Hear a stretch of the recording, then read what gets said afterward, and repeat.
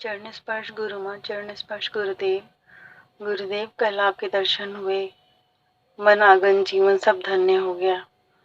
मुझे हल्की हल्की खुशबू, रोज की खुशबू के साथ कुछ धूप जैसी खुशबू आ रही थी और ठंडक फील हो रही थी विदाउट एनी सोर्स। और सर के ऊपर इतना तेज प्रेशर हो रहा महसूस हुआ हाथ का।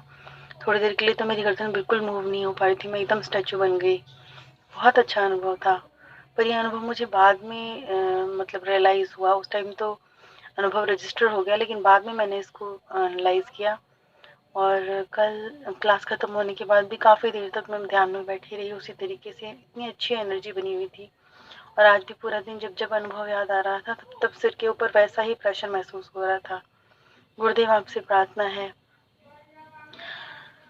प्रार्थना है कि भविष्य में भी इस प्रकार हमें आपके दर्शन हो, हमें आपका प्यार मिले, हम पर आपकी कृपा बरसे, ऐसी उम्मीद है। कृपया करके हम पर दया करना गुरुदेव। प्रणाम आपको। इस बात को समझें, बहुत सारी ऐसी घटनाएं घटती हैं जिसको लेके हम सोचते हैं कि वो रहस्यमय है, मगर वो रहस्यमय नहीं है। और बहुत सारे लोग और बहुत सारे साधक तो इसे चमत्कार समझ लेते हैं, वो चमत्कार भी नहीं। जब आप गुरु साधना ग्रुप कर रहे हैं या जब आप कोई ग्रुप करते हैं जो सूक्ष्म रूप से ज्यादा पावरफुल होता है, जहां सूक्ष्म शरीर एक दूसरे शरीर से मिलते हैं, जहां गुरु का शरीर निकल के आपके सूक्ष्म शरीर में समा जाता है या आपका शरीर उसमें समा जाता है या आप गुरु के सामने बैठे होते हैं, तो वहां बहुत कुछ ऐसा घटता है। खुशबू को ले लेते हैं। अभी 20 तारीख को कुछ साधक और साधिकाएं जो हैं यहाँ दिल्ली में मेरे पास आए, उनको मैंने बुलाया तो वो लोग मेरे पास आए। फिर गले मिले हम लोग। जब हम लोग गले मिले तो कुछ साधक और साधिकाओं को एक परफ्यूम की खुशबू आई, एक ऐसे इत्र की खुशबू आई और वो उसे सूंघ कर वो परेशान से हो गए। उन्होंने लगा कहीं मतलब कि आपने इत्र तो नहीं लगाया हुआ, आपने परफ्यूम तो नहीं लगाया हुआ। और उसके बाद जो है उन्हें काफी देर तक वो खुशबू आती रही। ऐसा क्यों हो गया? अभी हम दिल्ली रोहिणी में हम ध्यान शिविर कर रहे थे, तो ध्यान शिविर करते करते जो है फोटो खींची जा रही थी। फोटो खींचते खींचते अब वहां पर कुछ फोटो के अंदर जो है मेरे पीछे और गुरु माँ के पीछे जो है बहुत बड़ा ऊर्जा का एक सर्कल आ गया। व्हाइट ऊर्जा पूरी तरह से एकदम प्रकाशित हो रही थी, पूरा शरीर ही प्रकाशित हो रहा था। और वही बहुत सारे साधकों के ऊपर होने लगा। और वहीं पे कुछ साधकों के कान लाल हो गए ऊर्जा के कारण।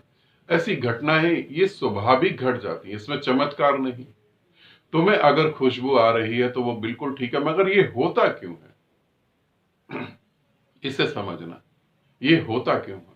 अब दिल्ली ध्यान शिविर में वो इतना सारा प्रकाश जो बह रहा है उसकी बहुत सारी फोटो खींची गई है। वो फोटो अब भी पड़ी है, कई साधकों के पास पड़ी है। तो उनको ये देख के बहुत हैरानगी हुई कि ऐसे कैसे निकल सकता है। ये तो हमने फोटो एडिट जब करते हैं तब हमने देखा कि फोटो में एडिट कर देते हैं प्रकाश, या हमने और फोटो देखी है देवताओं की, गुरुओं की, उनके पीछे प्रकाश होता है। मगर ये तो रियल में हो रहा है ऐसा। तो ऐसा कैसे हो जाता है, अब इसको समझें।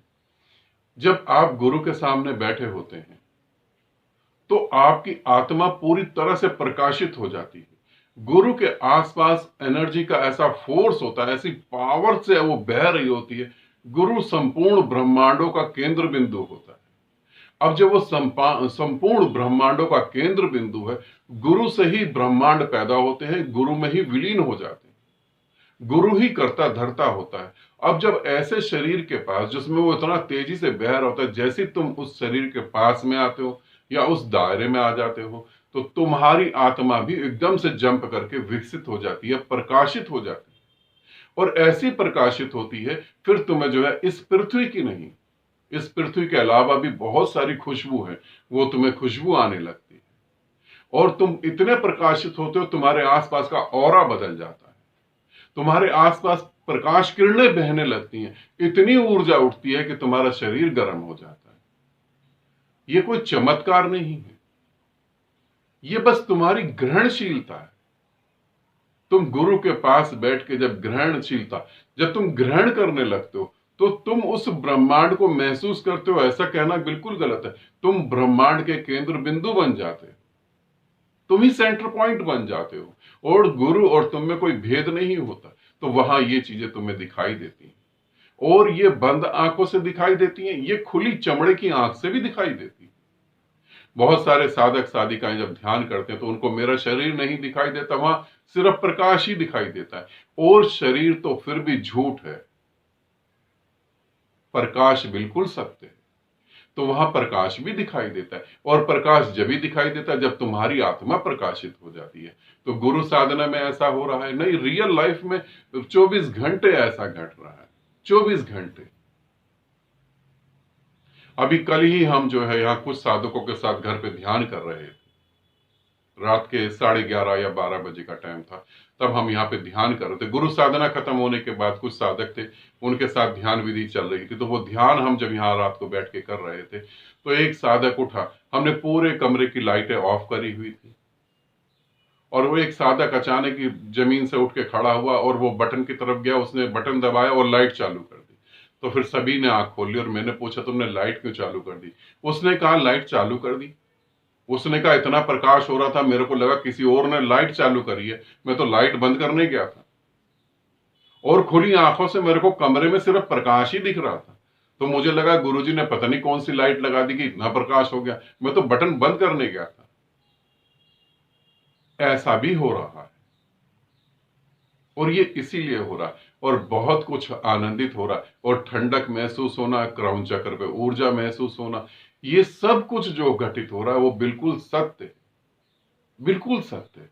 इसी तरीके से तुम साधना में डूबते रहो, इसी तरीके से समझो जो तुम्हारे साथ हो रहा है पूरी तरह से सत्य है, बिल्कुल सत्य है, कहीं कुछ धोखा नहीं है। बस अब तुम साधना में डूबो, अच्छे से डूबो, ताकि तुम भी जो है सदा सदा के लिए अंतहीन यात्रा पे निकल चलो। ठीक है, परम शून्य हो जाओ परम गति के साथ। और जब सत्य घटेगा तो वो तुम्हें दिन में कई बार याद आएगा, और उसे कई बार तुम याद करो। और फिर तुमने बोला कि गुरुदेव ऐसे ही प्रेम और आशीर्वाद बनाए रखना, ये मत बोलो, तुम इसके बारे में सोचो ही मत। तुम ये सोचो कि तुम गुरु से कब तक जुड़े रह सकते हो। गुरु कभी किसी को नहीं छोड़ता।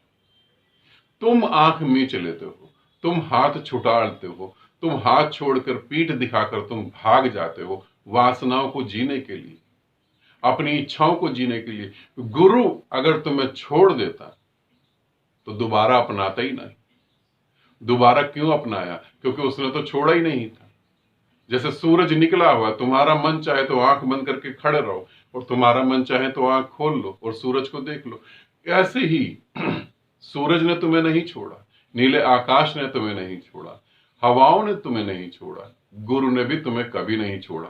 तुम्हें ही बार बार छूट के चले जाते हो अपनी अज्ञानता के कारण।